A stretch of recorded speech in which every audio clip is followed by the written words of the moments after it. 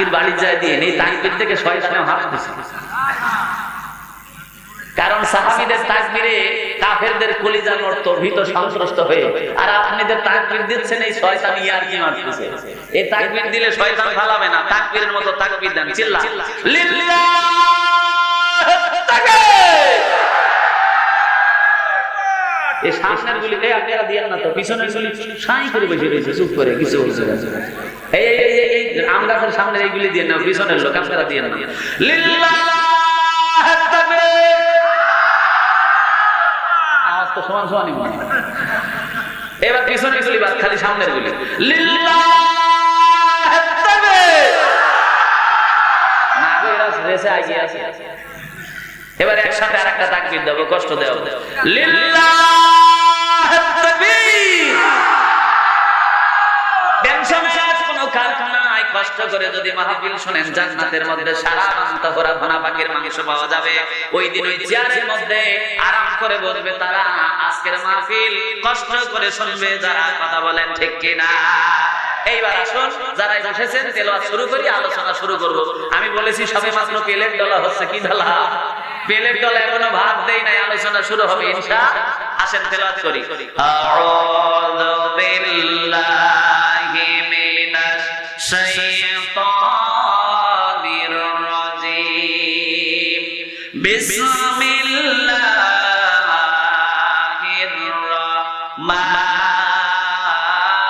রাহমানির রাহিম। ইন্না আ'তাইনাকাল কাউসার ফাসাল্লি লিরাব্বিকা ওয়ানহার। ইন্না শানিয়াকা হুয়াল আবতার। জোরে বলি আল্লাহু আকবার। আমি এরকম বক্তা নয় যে সকালবেলা ওয়াজ মনে থাকবে না। কিছু কিছু বক্তা আছে মেমসে উঠে পাকিস্তান থেকে একটু, তুর্কিস্তান থেকে একটু, আফগানিস্তান থেকে একটু আলোচনা করে গেল। সকালবেলা চাচারে জিজ্ঞাসা করতেছে, চাচা হুজুর কোন বিষয়ে আলোচনা করলো গো? চাচা বলতেছে, হুজুরও তো মার দিল ওরা ধরা, আমি তো খাইছি বাদাম, বলতে পারবো না রে বাবা। কথা কন ঠিক কিনা? তবে আমি যতক্ষণ স্টেজে থাকবো কথা বলবেন, কথা বললে আলোচনা ঢুকবে, মজা লাগবে ইনশাআল্লাহ। আমি মাঝে মাঝে বলে থাকি, বেড়া দেয় না মানুষে, বেড়া দেয়, বেড়া দিতে গিয়ে দুইজন লোক লাগে, একজন বানর ঢুকাই দেয়, আরেকজন ওই থেকে উল্টায় দেয়, ঘুরায় দেয়। একজন বেতি অথবা তা এই পাশ থেকে ঢুকাই দিয়ে বলে হ হ। ওর মানে বলছে, ওর মানে হচ্ছে মালটা দিছি দেখ ওই পাশে গেছে নাকি। এখন ওই পাশের লোক যদি মরা খাওয়াই থাকে, মানে ঘুমাইছে গেছে, বানর ঘুরবে কোনোদিন? বেড়া হবে? এখন এই পাশের লোক ঘুম বলার সাথে সাথে ওই পাশের লোকের বলা লাগতো হ হ, পাইছি দ্বারা ঘোরাই দিচ্ছি, কথা বল ঠিক না বেটি? এখন আমি শুধু ওয়াজ করে যাচ্ছি, আপনারা যদি তাকবীর না দেন, সুবহানাল্লাহ না বলেন, তাহলে আমার মনে হবে যে আমি গোরস্থানে ওয়াজ করতেছি, কথা ঠিক কিনা? তা আলোচনা হবে, সামনের দিকে আগাবো ইনশাআল্লাহ। সূরাটার নাম হলো সূরাতুল কাউসার। নামটা কি? আরো জোরে, কাউসার। কোরআনুল কারীমের মধ্যে 114টা সূরা আছে। কয়টা? 114টা সূরা আছে। 114টা সূরার মধ্যে এই সূরার সিরিয়াল নাম্বারটা হলো 108। কত? 108 মুখস্থ করা লাগবে। আবার বলছি, সূরাটার নাম কি? কাউসার। চিনেন তো সকলে? কে কে চিনেন হাত তোলেন তো? হ্যাঁ, ম্যাক্সিমাম চিনেন, তবে অনেক লোক আবার চিনে না। আমি এক চাচারে জিজ্ঞাসা করতেছি, চাচা নামাজ কালাম পড়েন, সূরা ফাতিহা জানেন? বলতেছে ও আবার কি? এবারে সব বলেছে আল্লাহ রাসূল বলেছেন, লা সালাওয়াতা ইল্লা বিফাতিহাতিল কিতাব। এমন কোন নামাজ নাই যেটা সূরা ফাতিহা ছাড়া হয়। হয় সুন্নাত বলেন, নফল বলেন, ওয়াজিব বলেন, মুস্তাহাব বলেন, যে নামাজ বলেন, সূরা ফাতিহা ছাড়া হবে? কোন নামাজ হবে না। লা সালাওয়াতা, কোন নামাজ হবে না, ইল্লা বিফাতিহাতিল কিতাব। সূরা ফাতিহা ছাড়া এমন কোন নামাজ নাই যেটা আবির্ভাব হয়েছে সেটা হয়। হয় নাকি? আর চাচা আপনি সূরা ফাতিহা জানেন না, নামাজ পড়েনটা কি দিয়ে? চাচা বলতেছে, আলিমাত তো যা যা তুমি মানে মূর্খ পাইছো বাবা, আমি কিন্তু আলহামদুলিল্লাহ জানি। বোঝেন না কথা? তাহলে আপনি এই আলহামদুলিল্লাহ সূরা দিয়ে কি মারেন? সূরা কাউসার, ইখলাস এগুলি জানেন? ভাই একটাও না। তো নামাজ পড়েন নাকি দিয়ে? ফাতিহার পরে তার একটা সূরা বিনাল লাগবে, কয় তাও জানি, 4টা সূরা জানি। বলে কি? ছোট কুল, বড় কুল, ইন্না তাই না, কুল আল্লাহ সূরা আছে না নাই? এরকম সাধারণ সরল সোজা মানুষ আমাদের এলাকায় আছে না নাই? যারা সূরার নামে সূরাকে চেনে না, সূরা তেলাওয়াতে সূরাকে চেনে, আছে না নাই? তে এই সূরাটা হলো ইন্না তাইনা সূরা। কিসের সূরা? সূরাতুল কাউসার। এবার আসেন, কোরআনুল কারীমে 114টা সূরার সিরিয়াল নাম্বার অনুযায়ী এই সূরাটার সিরিয়াল হলো 108। কত? এই সূরাটা মক্কায় অবতীর্ণ। কোথায়? মক্কায় অবতীর্ণ। সূরাটার মধ্যে 3টা আয়াত আছে। কয়টা? আর জোরে জোরে হলো না। এই আওয়াজ হয় নাকি? 15 বছর মিছিল না করে সব হারা ফেলাইছে। এখন তো সব অটো পাস। কথা কয়টা? মিছিলের সুযোগ তো নাই, আছে? এই জন্য মনে হয় সব ভুলে গেছেন নাকি? এজন্য একটু জোরে জোরে বলে, অন্তত এক্সারসাইজটা হোক। আয়াত সংখ্যা কয়টা? আর জোরে জোরে হলো না। জোরছে বলো। এই তালে তালে আওয়াজ দিয়ে একই সাথে ওয়াজ মুখস্থ হবে না, আব্বাই হবে। কথা ঠিক কিনা? সূরাটার নাম হলো কাউসার। কাউসার শব্দের আবিধানিক অর্থ হলো অত্যাধিক, ব্যাপক, বিস্তারিত। সুবহানাল্লাহ বলে। এই সূরাটা 3টা আয়াত। এবার আসেন সরল অনুবাদ। আল্লাহ কি বলতেছেন? খবরের নিউজ হেডলাইন যদি ভালো লাগে, কোন না খায় টেলিভিশনের সামনে বসে থাকবে, খবর শোনা পর্যন্ত খাবে না। কথা বলেন ঠিক কিনা? মন্টুর মা ডাক দিয়ে বলতেছে, কে গো মন্টুর বাপ, বাগন ছানা হয়ে গেল, তরি তরকারি রান্না শেষ, তুমি খাবে না? তাই বলতেছে, পাগলি দাঁড়া, মারাত্মক খবর, নিউজ হেডলাইন নিউজ দিয়ে যাচ্ছে, খবর দেখে তারপরে খাবো। এখন মন্টুর মা জিজ্ঞাসা করতেছে, কি খবর গো? বলতেছে, মশার সঙ্গে ট্রেনের ধাক্কা লাগে, ট্রেন ভেঙে চুরমার, মশার কিচ্ছু হয় না। এখন এরকম আজিব খবর যদি হয়, খবরটা কি? যে রানা প্লাজার কাছে 2-3 জন টুপিওয়ালা ঘোরাফেরা করতেছিল, হঠাৎ করে ধাক্কা দিয়ে রানা প্লাজা ফেলে দিয়েছে। এখন এই রকম যদি খবর হয়, 3 জন 4 জন মানুষের দ্বারা একটা ওয়াল ফেলা সম্ভব? এক খবর যদি এইরকম মারাত্মক হয়, ও না দেখে ভাত খায়, তাহলে আল্লাহ কি বলতেছেন? নিউজ হেডলাইন যদি ভালো লাগে, আলোচনাও মজা লাগবে ইনশাআল্লাহ। আল্লাহ বলছেন, সরল অনুবাদ, ইন্না নিশ্চয় আতাইনা আপনাকে দান করেছি কাল কাউসার, অত্যাধিক। অতএব হে রাসূল, আপনি কি করুন? ফাসাল্লিলি, আপনি সালাত আদায় করুন, ওয়ানহার, কুরবানি করুন। সুবহানাল্লাহ বললেন না? এরপরে আল্লাহ কি বলছেন? ইন্না শানিয়াকা হুয়াল আবতার। হে রাসূল, আপনাকে যারা লেজ কাটা বলে গালি দেয়, নির্বংশ বলে গালি দেয়, আমি আল্লাহ আপনাকে সিকিউরিটি ওয়ারেন্টি দিলাম, তারাই হলো লেজ কাটা, নির্বংশ। চিল্লায় বলুন না মারহাবা। এটা গেল নিউজ হেডলাইন। এবার আসেন সূরাটা কেন নাজিল হয়েছে, এর পিছনে কারণ আছে না নাই? এই যে আমার হাতে কোরআন দেখতেছেন, কোরআনের প্রত্যেকটা আয়াত সূরা নাজিলের পিছনে কিছু ঘটনা, কিছু কারণ আল্লাহ পাক রেখে দিয়েছেন, যেটা ঘটনাকে কেন্দ্র করে এই আয়াতটা নাজিল হয়েছে। এখানে যারা কোরআন শরীফ পড়নেওয়ালা অনেক আলেম আছেন, আমাকে পড়াতে পারেন, এইরকম আলেম এই জায়গায় বসা অনেকেই আছে, আমি জানি। তারা বুঝবেন যে ঘটনাকে কেন্দ্র করে যে প্রেক্ষাপটে এই আয়াতগুলি সূরাটা নাজিল হয়েছে, এটাকে বলে আয়াত নাজিলের প্রেক্ষাপট অথবা শানে নজিল। কি বলে? শানে নজিল। তাহলে পবিত্র কালামুল্লাহ শরীফের এই 108 নম্বর সূরা, সূরাতুল কাউসার আল্লাহ কেন নাজিল করলেন, এইটা আগে শুনেন, তারপরে তাফসীর ভালো লাগবে ইনশাআল্লাহ। আমার বান্দারা লক্ষ্য করো, নবী করিম সাল্লাল্লাহু আলাইহি ওয়াসাল্লাম মক্কা নগরীতে যখন কালেমার দাওয়াতটা দিচ্ছেন, হাজারো হাজারো মানুষ তার মুখে এই কালেমার বাণী শুনে, কোরআনের বাণী শুনে ইসলাম গ্রহণ করে দুনিয়ার জমিনে শান্তির ছায়া চলে আসছে। হঠাৎ করে দুনিয়ার জমিনে উতবা, সাইবা, আবু লাহাব, ওলীদ ইবনে মুগীরা, আবু জাহেলের কাছে গিয়ে বলতেছেন, এটা যে হারে মানুষগুলি ইসলাম কবুল করতেছে, আপনি যতই ধরেন, যতই মারেন, যতই ফাঁসি দেন, কেমনি করে জানি এই ইসলামী দলের লোক খালি বাড়তেইছে। কথা কয় না? জেলে ঢুকে তো চোর বাটপার লুচ্চা বদমাশ পাওয়া যায় না, জেলে এখন ঢুকলেই খালি দেখা যায় টুপিওয়ালা।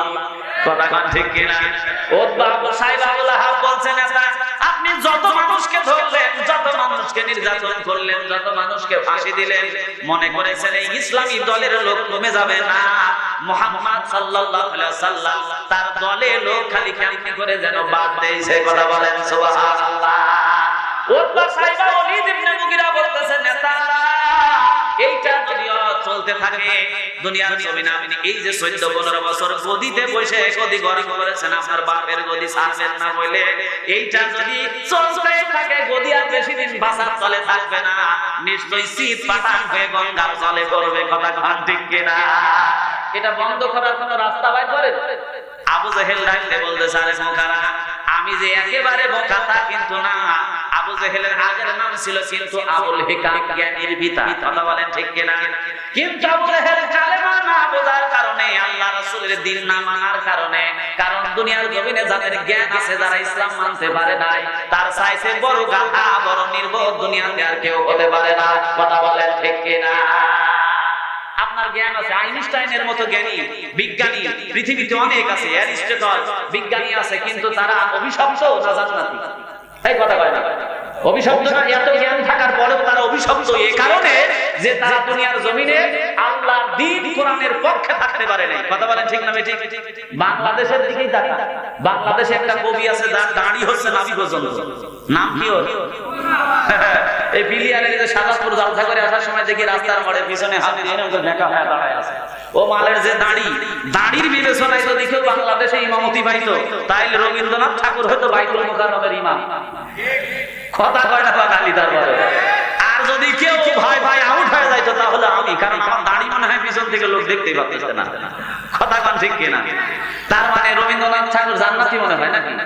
রবীন্দ্রনাথ জান্নাতি নাই, কারণ এত জ্ঞান থাকার পরেও দুনিয়ার জমিনে রবীন্দ্রনাথ ইসলাম কবুল করতে পারে নাই, এজন্য সে হলো নির্বোধ মূর্খ। কথা বলেন ঠিক কিনা? আরেকজন কবি বাংলাদেশে ছিল, তার নাম হলো নজরুল, কাজী নজরুল। কাজী নজরুল আগে শ্যামা সঙ্গীত লিখতেন, ইতিহাস সাক্ষী দেয়। যারা মুরব্বী, যারা নজরুলের জীবনী পড়েছেন তারা বুঝবেন নজরুল আগে শ্যামা সঙ্গীত লিখতো।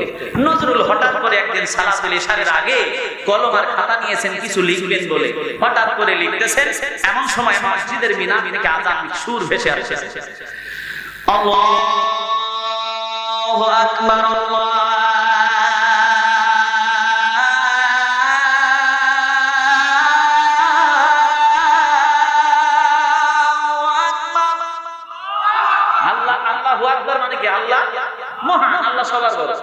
নজরুলের কলমটা থেমে গেল। নজরুল চিন্তা করতে লাগলেন, আরে আমি নজরুল, আমার লম্বা লম্বা চুল, আমি কি করে করতেছি এত বড় ভুল, যে আল্লাহ আমাকে 8 পাস করার পরে এত বড় বড় কিছু লেখার তৌফিক দিলেন।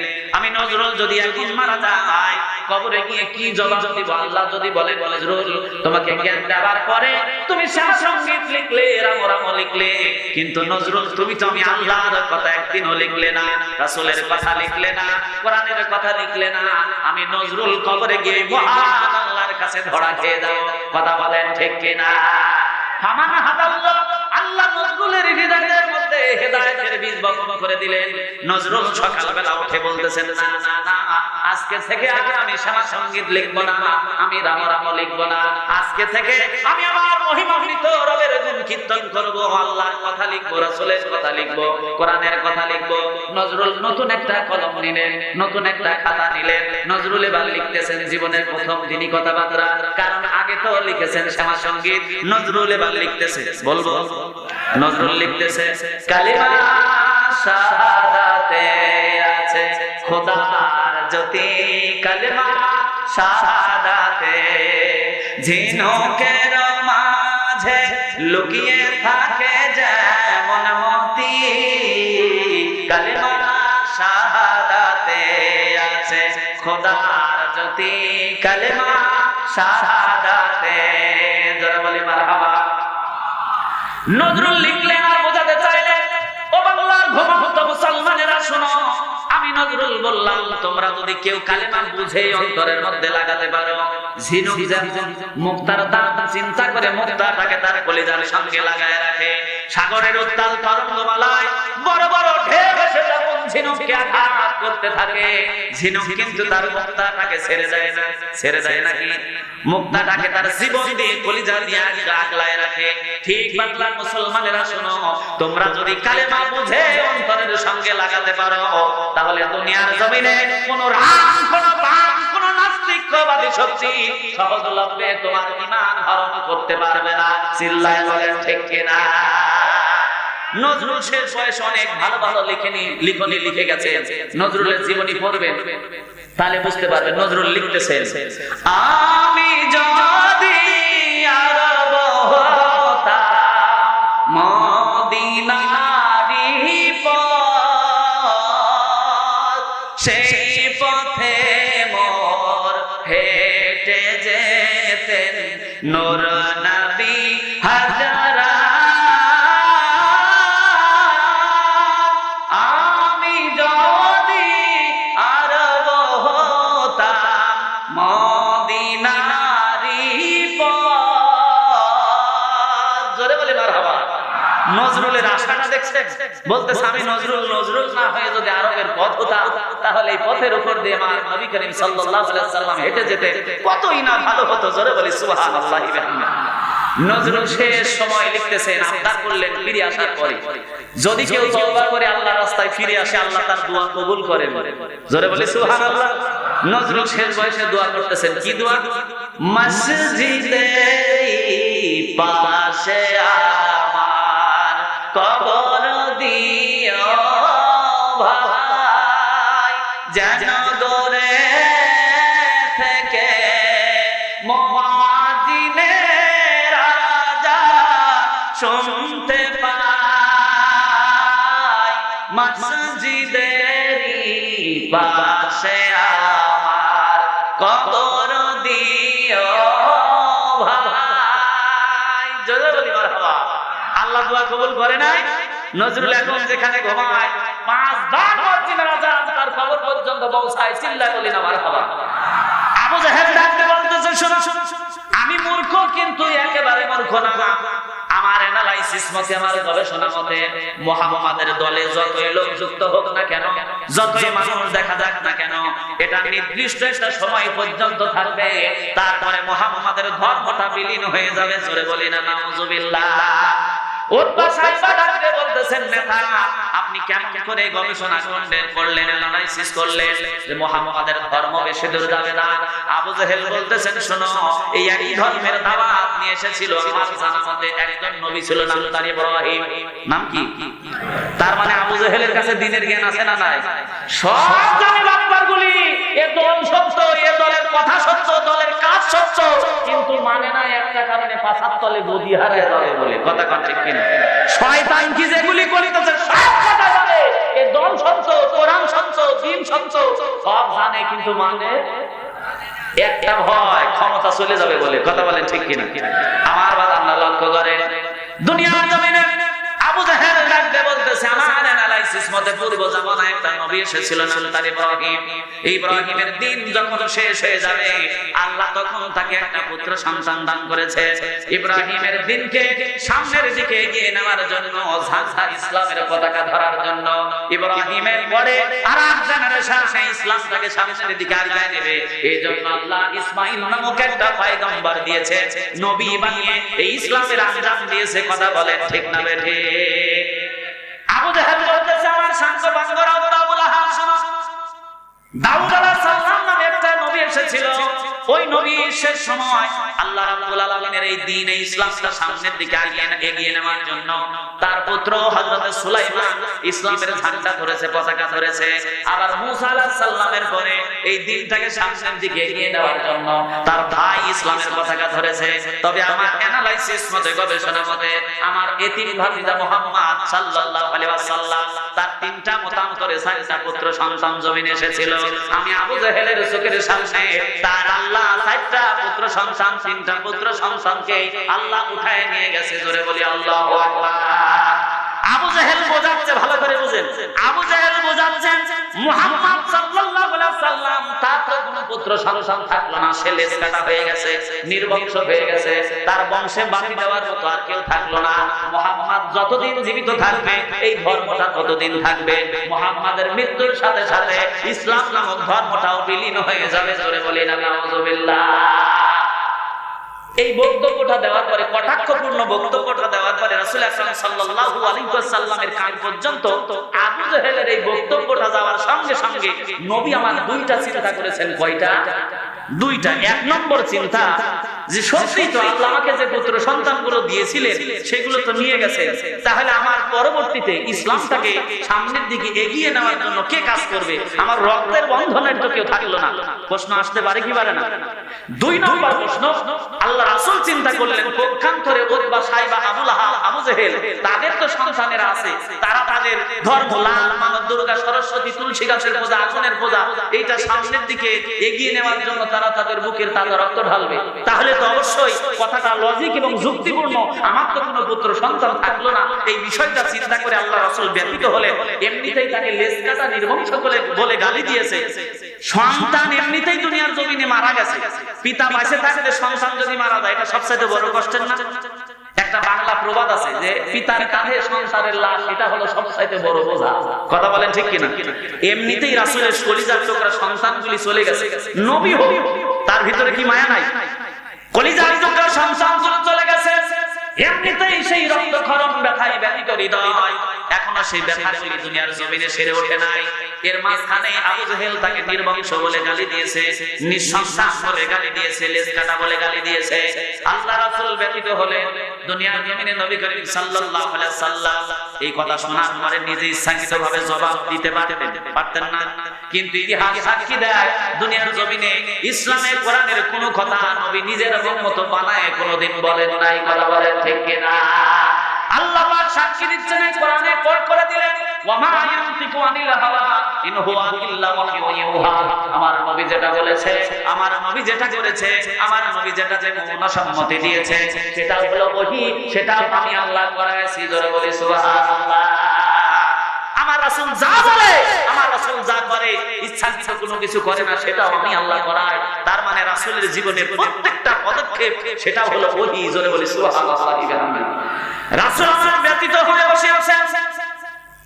ইনদাবিন টাইম এমন সময়ে হযরত জিবরাইল আলাইহিস সালামকে আল্লাহ ডাকতে বললেন, জিবরাইল তুমি কোথায়? জিবরাইল বলতেছে আমি সিদরাতুল মুনতাহায়। আল্লাহ বললেন, জিবরাইল রে, এই জায়গায় থাকলে হবে না। আমার রাসূলকে গালি দিয়েছে, লেজ কাটা বলে গালি দিয়েছে, নির্বংশ বলে গালি দিয়েছে। আমার রাসূল ব্যতীত আমার রাসূল কষ্টে আছে। রাসূলকে খুশি করার জন্য এই মুহূর্তে সূরাতুল কাউসারের হাদিয়া নিয়ে আমার দয়ার নবীর সামনে হাজির হয়ে যাও। চিল্লায়ে বলুন না মারহাবা। হযরত জিবরিল আমিন চলে আসলেন। আসসালাতু ওয়াসসালামু আলাইকা ইয়া রাসূলুল্লাহ, আসসালাতু ওয়াসসালামু আলাইকা ইয়া হাবিবাল্লাহ। নবী গো, টেনশন করবেন না, দুশ্চিন্তা করবেন না গো নবী। ওই কাফের মুশরিকরা দুনিয়ার জমিনে আপনাকে লেজ কাটা বলে গালি দিয়েছে, টেনশন করবেন না। আল্লাহ রাব্বুল আলামিন আপনাকে সুসংবাদ দিয়েছেন, আপনাকে খুশি করবার জন্য আল্লাহ পাক সূরাতুল কাউসার নামে একটা সূরা আপনাকে স্পেশাল ভাবে হাদিয়া দিয়েছেন। জোরে বলি সুবহানাল্লাহ। হে রাসূল, আপনি পড়ে নেন, ইন্না আতাইনাকাল কাউসার ফাসাল্লি লিরাব্বিকা ওয়ানহার ইন্না শানিয়াকা হুয়াল আবতার। জোরে বলি আল্লাহু আকবার। জিবরাইল বলতেছেন, ইন্না নিশ্চয় আতাইনা আপনাকে দান করেছে কাল কাউসার, অত্যাধিক। রাসূল চিন্তা করতেছেন আমার বেটা নাই, ছেলে নাই, পুত্র সন্তান নাই, আর আল্লাহ বলতেছেন ইন্না আতাইনা কাল কাউসার আপনাকে অত্যাধিক দান করেছি। তাহলে চিন্তা আর দানের মধ্যে ব্যবধান আছে কি? আপনারা খুব চালুমান কথা বলতেছেন না, ভালো করে বোঝেন। কেউ যদি আপনাকে প্রশ্ন করে, চাচা আপনার বাড়িতে কি পুকুর আছে? আপনি যদি বলেন বিশাল বড় একটা পোয়ালের বালা আছে, খেরের বালা আছে, তাহলে এই প্রশ্নের উত্তর কি ঠিক হয়েছে? রাসূল চিন্তা করতেছেন পুত্র সন্তান নাই, ছেলে সন্তান নাই, কে ইসলামের ঝান্ডা ধরবে? আর আল্লাহ বললেন, ইন্না আতাইনাকাল কাউসার। নবী গো, আপনাকে লেজ কাটা বলে গালি দিয়েছে, আপনি টেনশন করবেন না, আমি আল্লাহ আপনাকে অত্যাধিক দান করেছি। জোরে বলে সুবহানাল্লাহ। এখানে মুফাসসিররা কেরাম দুই ধরনের মত প্রকাশ করেছেন। এক ধরনের মত হলো, যেহেতু নবী করিম সাল্লাল্লাহু আলাইহি ওয়াসাল্লামের পুত্র সন্তানগুলো আল্লাহ নিয়ে গেছে, এই ব্যথাটাকে লাঘব করার জন্য ইন্না আতাইনাকাল কাউসার, কাউসারের আগে আল শব্দ যুক্ত করেছেন আল্লাহ। ইংরেজিতে কোনো কিছু নির্দিষ্টকরণ করার জন্য যেমন দি ব্যবহার করা হয়, আরবিতেও কাউকে নির্দিষ্টকরণ করে কোনো কিছুর মালিকানা দিলে আল্লাহ আল শব্দ যুক্ত করেন। আল্লাহ কাউসারের আগে আল শব্দ যুক্ত করেছেন, ইন্না আতাইনাকাল কাউসার। হে রাসূল, আমি আপনাকে অত্যাধিক দিয়েছি, আপনি টেনশন করবেন না। সুবহানাল্লাহ বলেন। রাসূল আমার চিন্তা করতেছেন, ব্যথা নাই। মুফাসসিররা কেরাম বলছেন, এখানে দুই ধরনের মত প্রকাশ করেছে। এক, যেহেতু আল্লাহ রাসূলের পুত্র সন্তানগুলো দুনিয়ার জমিন থেকে আল্লাহ নিয়ে গেছে, এজন্য আল্লাহ তাবারাক ওয়া তাআলা তার দিলটা ঠান্ডা করার জন্য, তার মনে শান্তি দেওয়ার জন্য আল্লাহ নির্দিষ্ট করে হাউজে কাউসারের মালিক বানায় দিয়েছেন। জোরে বলি মারহাবা। অন্য মুফাসসিররা কেরাম বলতেছেন যে না, যেহেতু আল্লাহর নবী পুত্র সন্তান নিয়ে ব্যতীত, এখানে আল্লাহ রাব্বুল আলামিন দুনিয়ার জমিনে পুত্র সন্তানেরই সুসংবাদ দিয়েছেন। চিল্লায়ে বলুন না সুবহানাল্লাহ। তাহলে কি নবীর আবার পরে পুত্র সন্তান হবে মনে হয় না? নাউযুবিল্লাহি মিন যালিক। আপনারা আল্লাহ পুত্র সন্তানের সুসংবাদ দিলেন কেমনি করে? ভালো করে লক্ষ্য করেন। হযরত জিবরিল আমিন বলেছেন, নবী গো, আপনার তিনটা মতান্তরে চারটা পুত্র সন্তান আল্লাহ কেড়ে নিয়েছেন, তাতে কি হয়েছে? আল্লাহ আপনাকে সুসংবাদ দিয়েছেন, ইন্না আতাইনাকাল কাউসার। হে রাসূল, আপনি টেনশন করবেন না, আল্লাহ আপনাকে অত্যাধিক দান করেছে। মুফাসসিরানে কেরাম এইটা কাল কাউসারের ব্যাখ্যা করেছে, আজ থেকে হে রাসূল কিয়ামত পর্যন্ত যত মানুষগুলি পড়ে নেবে লা ইলাহা ইল্লাল্লাহ মুহাম্মাদুর রাসূলুল্লাহ। জিবরাইল বলছেন, হে নবী, দুনিয়ার জমিনে কালেমার উপরে যারা স্বীকৃতি প্রদান করবে, কালেমার পথ, কালেমার মত, কালেমা অনুযায়ী নিজের জীবন গঠন করবে, বাস্তবায়ন করবে, আমার আল্লাহ ঘোষণা করে দিয়েছেন কিয়ামত পর্যন্ত যারা এই কালেমার ছায়াতলে আসবে, ওই পুরুষ মানুষগুলিকে আপনার রূহানি সন্তান হিসেবে আমার আল্লাহ রাব্বুল আলামিন কবুল করে নিয়ে কিয়ামত পর্যন্ত তাদের মধ্য দিয়ে এই দিনের ঝান্ডা সামনের দিকে এগিয়ে নিয়ে যাবে। চিল্লায়ে বলুন না সুবহানাল্লাহ। যারা কালেমা পড়বে, কালেমা অনুযায়ী নিজের জীবনটাকে গঠন করবে। আমি আগেই বলেছি, কালেমা পড়লে মুসলমান হওয়া যায় না। কালেমার তিনটা সেক্টর আছে। কয়টা? ভালো করে বুঝেন। ইকরার বিল লিসান, তাসদিক বিল জিনা, আমল বিল আরকান। কালেমার এই তিনটা ধাপই আপনার আমলের মধ্যে থাকা লাগবে। যদি থাকে আপনি মুসলমান, যদি না থাকে 50-50 মুনাফিক। কথা কোন ঠিক না বেঠিক? ইকরার বিল লিসান, মুখে স্বীকার করা লাগবে লা ইলাহা ইল্লাল্লাহ মুহাম্মাদুর রাসূলুল্লাহ।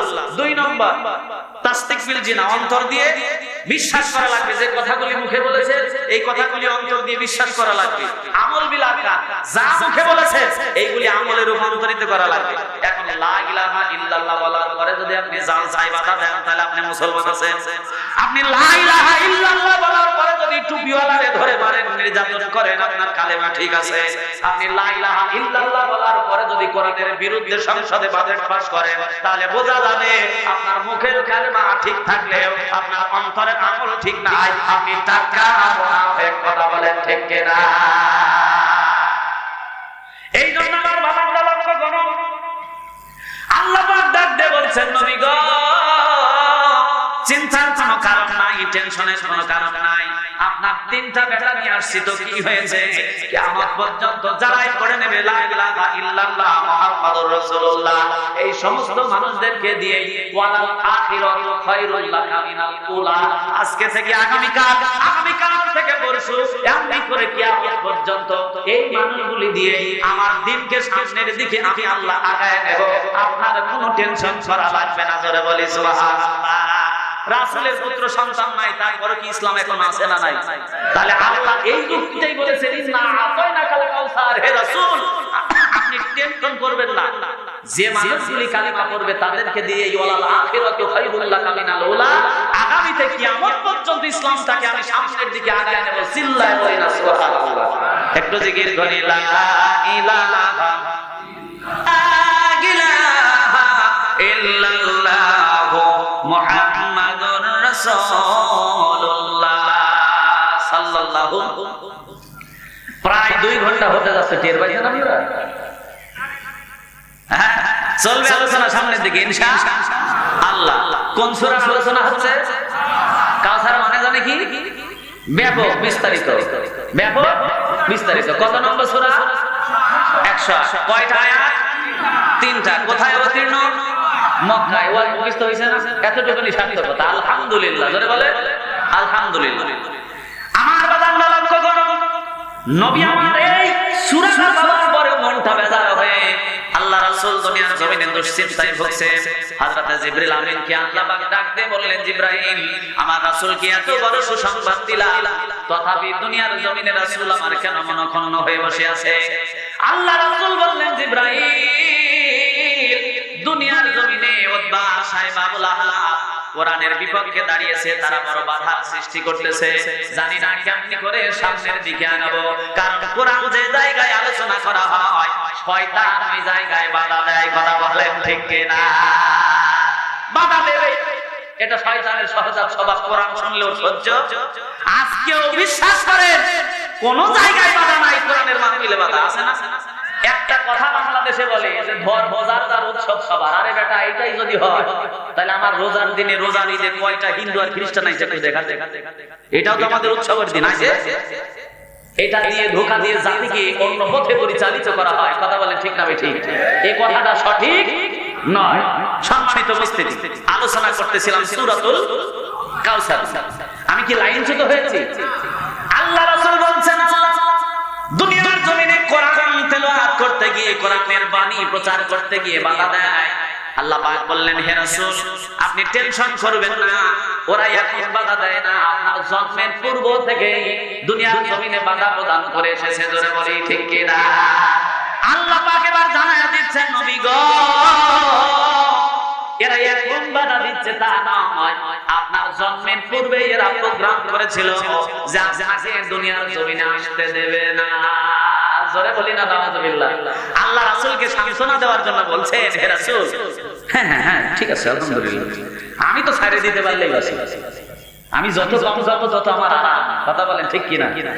পড়তেছে খুব গরম, মেজাজ হয়ে গেছে নরম নাকি? আলহামদুলিল্লাহ। একটু জিকির করি, লা ইলাহা লা ইলাহা ইল্লাল্লাহ মুহাম্মাদুর রাসূলুল্লাহ। আল্লাহ রাসূলকে সান্ত্বনা দেওয়ার জন্য ইতিহাস থেকে বলছেন, রাসূল এরা আজকে বাধা দিচ্ছে এটা নয়, আপনার জন্মের পূর্বে এরা সংসদ ভবনে বসে, তাও কোন জায়গায়? সংসদ ভবনে বসে বাজেট পাস করেছে, মুহাম্মদ নামে একটা নবী পৃথিবীতে আসবে, এই নবীকে আসতে দেওয়া যাবে না। আর আল্লাহ বলতেছেন, আমি পাঠাবো, পারলে তোরা ঠেকা। কে পারবে? কাফেররা না আল্লাহ পারবে? আল্লাহ পাকের হাবিব বললেন, আল্লাহ কেমনি করে? আল্লাহ ইতিহাস থেকে শোনায় দেন, দুনিয়ার জমিনে ভারতে যে জায়গায় সংবিধান তৈরি হয় এটার নাম হলো মন্ত্রিসভা, আমেরিকায় যে জায়গায় সংবিধান প্রণয়ন হয় এটার নাম হলো হোয়াইট হাউস, বাংলাদেশে যে জায়গায় সংবিধান প্রণয়ন হয় এটার নাম হলো সংসদ ভবন। ঠিক কাফেরদের একটা সংসদ ভবন ছিল, নাম তার দারুন নাদওয়া। নাম কি? দারুন নাদওয়া। এই জায়গায় খ্রিস্টানদের মধ্যে একজন প্রধান, নাম তার হলো মারহাব। ইহুদিদের মধ্যে একজন প্রধান, নাম হলো তার খাইরে। আর মূর্তি পূজক হিন্দুদের মধ্যে লিডারি যিনি করতেছেন তার নাম হলো মিস্টার আবু জেহেল। এই তিনজন ঊর্ধ্বতন লিডার আর 39 জন অ্যাসিস্ট্যান্ট বসেছেন এই মিটিং এ। আর সভাপতির দায়িত্ব যিনি পালন করতেছেন তার নাম হলো আবরাহা বাদশা। তিনি হলেন সানা নগরীর প্রেসিডেন্ট। জোরে বলি ঠিক না বেঠে? এই লোকগুলি যখন বসে গেছে, প্রত্যেকটা ধর্মের কিন্তু পণ্ডিত আছে, ধর্মযাজক আছে, আছে না নাই? এই নেতাগুলি ডাকিতে বলতেছে, শোনো দুনিয়ার জমিনে এই রাসূল কোন জায়গায় জন্মগ্রহণ করবে অ্যানালাইসিস করো, এই নবীরে আসতে দেওয়া যাবে না, নবী আসলে আমাদের কি ক্ষতি হবে এই ক্ষতিগুলো আগে পর্যবেক্ষণ করো। এবার খাইরে ডাকতে বলতেছে, আমার ধর্মযাজক আমার কিতাবে ওই নবী সম্পর্কে কি কথাগুলো লেখা হয়েছে একটু বলো। খ্রিস্টানদের পাদ্রী তার কিতাবটা খুলে মুহাম্মদ সাল্লাল্লাহু আলাইহি সাল্লামের ব্যাপারে জানান দিচ্ছে, ও আমার নেতারা শুনে নাও, দুনিয়ার জমিনে ওই নবী যখন আগমন করবে তখন আপনাদের ব্যবসা লাটে উঠবে, আপনাদের পেটে লাথি মারবে, দুনিয়ার জমিনে আপনাদের ব্যবসাটাকে হারাম বলে প্রমাণিত করবে। জোরে বলি আল্লাহু আকবার। খ্রিস্টানদের কি প্রধান ব্যবসা? আজও পৃথিবীতে যারা মদের সাপ্লাই দেয় এটা হলো খ্রিস্টানের বাচ্চারা। কথা কোন ঠিক না বেঠিক? এই মদের উৎপত্তি করেছে যারা, খ্রিস্টান হলো তারা। এই ধর্মযাজক বলতেছে, নবী যখন পৃথিবীতে তাশরীফ আনবেন, আসার সঙ্গে সঙ্গে কোরআন নামে একটা মহামারী আসবে, ওই কোরআনের ভিতরে লেখা থাকবে আল খামরু ওয়াল মাইসির, এই সব মদ জুয়া লটারি ফটারি সব কিছু বাজেয়াপ্ত করে দেবে। এবার মারহাব ডাকতে বলতেছে, তাহলে তো নবী আসলে পেটে লাথি পড়বে, এই নবীর আসতে দেওয়া যাবে না। আর আল্লাহ বলতেছেন, আমি পাঠাবো, তোরা পারলে। এবার মারহাব মুখাইরে ডাকতে বলতেছে, ও আমার ধর্মযাজক ইহুদি পণ্ডিত, আমার কিতাবে মুহাম্মদ সম্পর্কে কি লেখা রয়েছে একটু বলো। ইহুদি তার ধর্ম কিতাবটা বাইর করে পা উল্টায়ার পরে অনেক অনেক চিন্তা চেতনা করার পরে বলতেছে, নেতা আপনার পরিস্থিতি আরো বেশি খারাপ। বলে কি? বলে ওই নবী যখন আসবে দুনিয়ার জমিনে আসার পরে আপনার অবস্থাও খারাপ করে দেবে। বলে কি? এই যা সুদের ব্যবসা। কিসের ব্যবসা? সুদ আছে না নাই? আজকে বাংলাদেশেও 6 লাখ হয়ে গেছে, চাচিরা আর বাড়িতে থাকে না, রবিবার হইলেই কেন জানি বলে বই নিয়ে পড়তে যায়। কথা কোন ঠিক কিনা? আল্লাহ রাসূল ডাকতে বলতেছে, দুনিয়ার জমিনে কোরআনুল কারীমের মধ্যে আল্লাহ বলেছেন, আসিমুস সালাওয়াতুজ যাকাত। আল্লাহ পাকের হাবিব যখন দুনিয়ার জমিনে আসবে, এই সুদ ভিত্তিক ব্যবসা ব্যবস্থাপনাকে দুনিয়ার জমিনে লাথি মেরে দূর করে দিয়ে যাকাত ভিত্তিক ব্যবসা ব্যবস্থাপনা চালু করবে। জোরে বলি সুবহানাল্লাহ। 3 নম্বর, আবু জেহেল ডাকতে বলতেছে তোমরা তো গেছো, তোমার আমাদের কাছে সাহায্য নিয়ে খাওয়া লাগবে। ও আমার ধর্মযাজক, আমার ঠাকুর, আমার কিতাবের মধ্যে কি কথা লেখা রয়েছে একটু বলো। এখন পণ্ডিত সবটি সত্তা শোকিত ভবন্ত শান্তি হন শান্তি বলে শুরু করেছে। এবার পড়ার শেষে সব অশান্তি হয়ে গেছে। বলতেছে কিরে থামলি কেন? বলতেছে খুব খারাপ, দুনিয়ার জমিনে আপনাদেরও যে ব্যবসা, এই ব্যবসাটাও লাফে উঠবে। বলে কি? আবু জেহেলের প্রধান ব্যবসা ছিল মেয়েদেরকে নগ্ন করে ছোট ছোট পোশাক পরায় স্টেজ তৈরি করে মক্কা নগরীর ভিতরে নাচাতো আর মক্কার সকল যুবকদের চরিত্র নষ্ট করতো। জোরে বলে নাউজুবিল্লাহ। আবু জেহেল মূর্তি পূজা করতো। আজও দেখেন ওই মূর্তি পূজকগুলো নদীর ওপারে যারা আছে তারা স্ট্যাচু তৈরি করেছে, জিরাফলা তৈরি করেছে। সারা পৃথিবীতে এই ইন্ডিয়া ফিল্ম ইন্ডাস্ট্রি দিয়ে যতটা পরিচিত, দুনিয়ার জমিনে অন্য কোন রাষ্ট্র ততটা পরিচিত নয়। কথা বলেন ঠিক কিনা? এই ফিল্ম ইন্ডাস্ট্রি দিয়ে বাংলাদেশের মুসলমানদের কলিজাতে আঘাত করেছে। কথা বলেন ঠিক কিনা? আঘাত তো করেছে। স্বামী স্ত্রীর ভিতরে উকিল নাই। স্বামী সারাদিন খাটুনি খাইতে বাড়ি এসে বলতেছে, ও আব্দুর রহমানের মা, আজকে রান্না ঘরে গিয়ে খাইতে পারবো না, একটু ফ্যানের তলে ভাত এনে দাও। আব্দুর রহমানের মা বলতেছে একটা কমন ডায়লগ চাষিরা যেটা বলে, আমি হয়ে কোনো সংসার করে গেলাম। কথা কয় না? কমন ডায়লগ না এটা? বলতেছে সে তো জ্ঞান খুব খাটুনি হয়েছে। বলতেছে আজকে তাড়াতাড়ি কাজ সারছি, একটু স্টার্টার চার্জে সোডা দেখবো বলে তোমার যন্ত্রণায় সেটা সারাতো নাই। রাগের ঠেলায় ভাত এনে দিয়েছে, গিলাস আর জল দিয়ে বলতেছে এই যে জল আর গিলাস ঢালো আর খাও। রাগে বলতেছে। স্বামী স্ত্রীর মধ্যে মিল হলে কিরকম হয়? স্বামী বলার সাথে সাথে স্বামীকে খাবার দেবে আর বাতাস করবে। কথা বলেন ঠিক কিনা? এই জন্য আমার বাবারা লক্ষ্য করুন, নবী করিম সাল্লাল্লাহু আলাইহি ওয়াসাল্লাম দুনিয়ার জমিনে আসার আগেই বিরোধিতা করেছে। আমরা কোরআন থেকে আলোচনা শুনছিলাম। কথা বলেন ঠিক না? ঠিক আলোচনা শুনছিলাম। চোখের বলকে 2 ঘন্টা কোন দিক দিয়ে গেছে আপনারা কেউ ঢের পারেন না। আমি সূরাতুল কাউসার থেকে আলোচনা করছি। কোন সূরা? সবে মাত্র শানে নজুল চলছে। কি সূরাটার নাম বলেছি, অর্থ বলেছি, কোন জায়গায় অবতীর্ণ সেটা বলেছি, কত নম্বর সূরা সেটা বলেছি, কয়টা আয়াত সেটা বলেছি, সরল অনুবাদ বলেছি। এখন শানে নজুল চলতেছে, এরপরে ব্যাখ্যায় ঢুকবো। কিন্তু বারবার ওই যে কি বলে, আপনারা মাঠে মাছ ধরেছেন? কেউ হাত তোলেন তো দেখি। ধরেছেন কে কে? মাঠে মাছ ধরতে গিয়ে আল বাঁধলেন, পার বাঁধলেন, বাঁধার পরে একবার ঢসে গেছে, আবার বাঁধলেন, আবার ঢসে গেছে, আবার বাঁধলেন, ঢসে গেছে। 3-4 বার ঢসে যাওয়ার পরে ও লাঠি মেরে পার নিজে ভেঙে মাছ মারার গোষ্ঠী। কথা ঠিক না বেঠিক? বারবার ব্রেক মারলে তার আলোচনা করা যাবে, কারণ ম্যানেজিং কমিটির সিদ্ধান্ত আমার সিদ্ধান্ত। কথা বলেন ঠিক না বেঠিক?